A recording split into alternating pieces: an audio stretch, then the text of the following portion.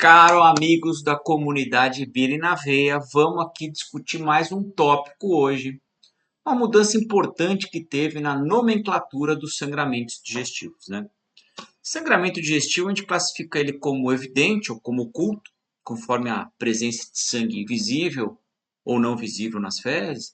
Pode ser agudo, quando o sangramento é maciço, leva a pessoa para o pronto-socorro. Pode ser uma perda crônica, né?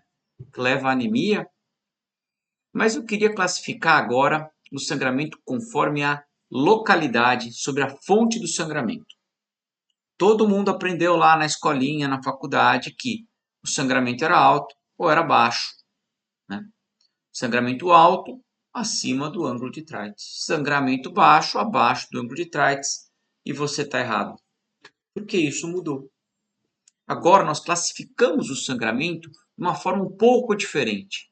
Uma forma que tem mais a ver com a propedêutica. A gente classifica o sangramento com esse gráfico aqui. Peguei da internet, vamos dar uma olhadinha. Sangramento alto são os sangramentos que estão acima da papila duodenal.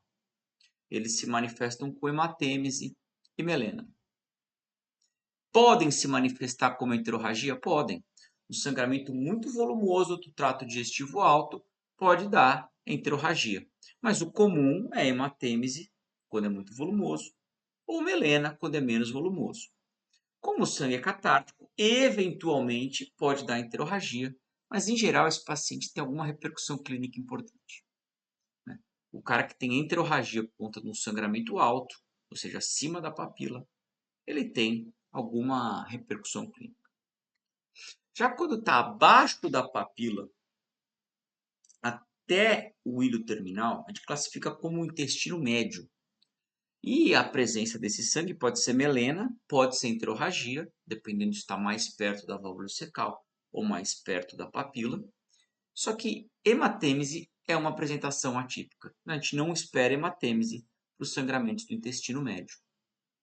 E diferentemente do sangramento do intestino alto, que a gente consegue fazer diagnóstico endoscópico, o sangramento do intestino médio, em geral, não está acessível à endoscopia. E ele vai precisar de uma propedêutica própria, que é o que eu vou discutir mais à frente. Já o sangramento do intestino baixo, que é depois da válvula ileocecal, a apresentação clínica preferencial é enterorragia. Pode ter melena, mas é preferencialmente enterorragia. E ele está muito bem acessível à colonoscopia, que vai desde o reto do ânus até a válvula ileocecal, até o hilo terminal sem problema nenhum. Então, com isso, a gente consegue classificar a nossa propedêutica. Sangramento alto, melena, hematêmese, endoscopia. Sangramento baixo, enterorragia, colonoscopia. Por vezes, paciente com muito sangramento, alto, pode ter uma enterorragia e a gente fazer os dois. Fazer endoscopia e depois colono, caso não venha nada na endoscopia. Então, para o sangramento alto, a prioridade é endoscopia. Para o sangramento baixo, que vem com enterorragia, a prioridade é colonoscopia. E com isso a gente resolve o nosso problema do intestino alto e do intestino baixo, mas não consegue avaliar o intestino médio. Por isso que essa nomenclatura foi reformulada, para que a gente afine a nossa propedêutica para sangramento do intestino médio, que é aquele sangramento que ocorre entre a papila e o hilo terminal. Para esse grupo, a gente tem uma propedêutica própria. Vou falar daqui a pouco. Não sai daqui. Mas quando a gente suspeita de sangramento do intestino médio? A gente vai suspeitar de sangramento do intestino médio depois de duas investigações do intestino alto e do intestino baixo negativas para sangramento. Nessa situação, depois de duas investigações para esse sítio, a gente vai afinar a propedêutica para o intestino médio. Por que isso? Porque a propedêutica do intestino médio ela é diferente, ela é mais difícil. A gente precisa de métodos que cheguem até essa região. E endoscopicamente nós temos dois métodos para investigar o intestino médio. O primeiro é a cápsula endoscópica, que é um método ótimo. Você ingere as cápsulas, a cápsula tem uma transmissão Wi-Fi para um receptor.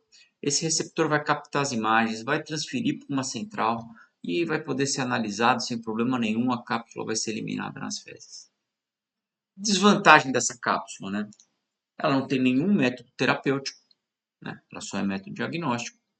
As imagens podem ser, de alguma forma, perdidas, né? Dependendo da posição em que são obtidas as imagens. Isso diminuiu com o número de imagens que são obtidas, mas pode ser um problema de sensibilidade. E se tiver alguma estenose, é um problema, porque a cápsula não sai, né? Então, para os pacientes com suspeita de subestenose, como Crohn, tal, é melhor não utilizar ou ter certeza que a cápsula vai sair através de uma avaliação prévia. E o exame que contrapõe a cápsula é a enteroscopia. É um exame ótimo, porque ele tem alta sensibilidade e é terapêutico, mas ele tem um problemão. Tecnicamente difícil, o paciente fica horas na anestesia. E para você cumprir todo o intestino delgado, você tem que fazer enteroscopia alta, ou seja, começa pela boca, e enteroscopia baixa, começa pelo ânus, para tentar encontrar a partir de 3 metros de transposição uma varredura na outra e ter certeza que viu todo o delgado. Então, os métodos endoscópicos para o intestino médio são a enteroscopia e a cápsula endoscópica. O método endoscópico do intestino alto é a endoscopia e o método endoscópico do intestino baixo é a colonoscopia. Com isso, a gente já afinou nossa propedêutica, certo? Vou fazer um resuminho aqui do que eu falei. Suspeita de sangramento alto, melena, hematêmese, endoscopia. Suspeita de sangramento baixo, enterorragia, colonoscopia. Exceção, enterorragia com choque, vale a pena fazer uma endoscopia antes para descartar um problema alto. Já intestino médio, que é 2 investigações altas e baixas negativas, cápsula ou enteroscopia. Você vai escolher baseado na clínica do doente, na disponibilidade do seu serviço.